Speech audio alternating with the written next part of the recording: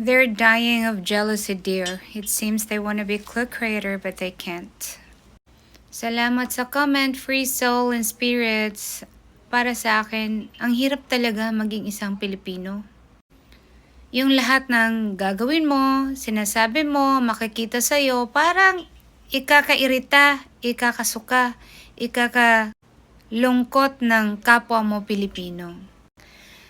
Kailan pa ba tayo magbabago? Like, hindi ba tayo napapagod sa pagiging seloso o selosa sa ibang tao?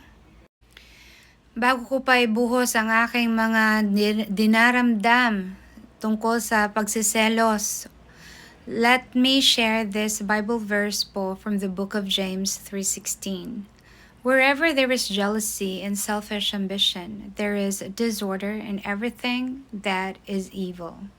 Sa makatwid, hindi po totoong pagmamahal sa kaibigan or sa kapartner mo kapag ikaw po ay may jealousy or pagseselos. Tulad na lang ng buhay ko na parang maalaala mo kaya ang kwento. Sa dinami-dami ng na-experience ko na betrayal dito. Talagang ang hirap. Dahil lang sa jealousy, nagkakasiraan ang magkakaibigan. Siguro ang pinakamalalang na experience ko, no, dahil dito sa jealousy na to is yung mga few years ago. Well, hindi naman ako nag-aangat ng sarili kong bangko, pero ito ang laging sinasabi sa akin ng isang kababayan din natin. Sabi niya, alam mo, madam, nangyayari yan sa'yo at nagawan ka ng ganyang problema, nagawan ka ng ganyang issue dahil sa selos.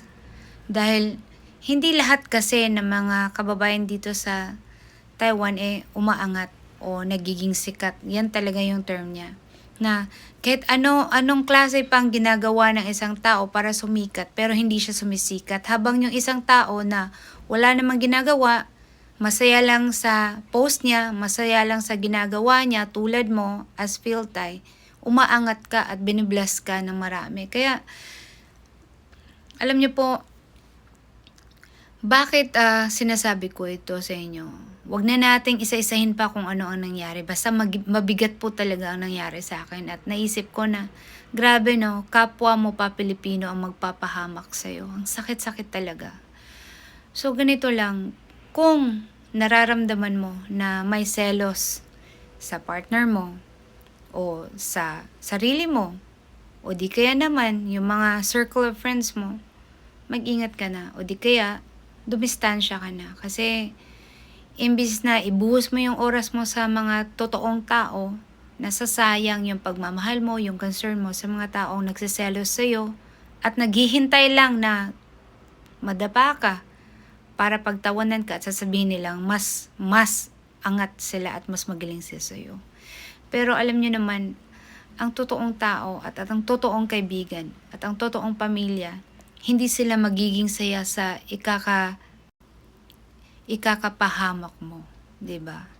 So sana maging leksyon to sa inyong lahat. Tandaan niyo po, James 3:16. Whenever there's jealousy and self-ambition, there's disorder po. And everything that is evil. Kaya wag na wag po kayong papatalo sa emosyon ng pagseselos.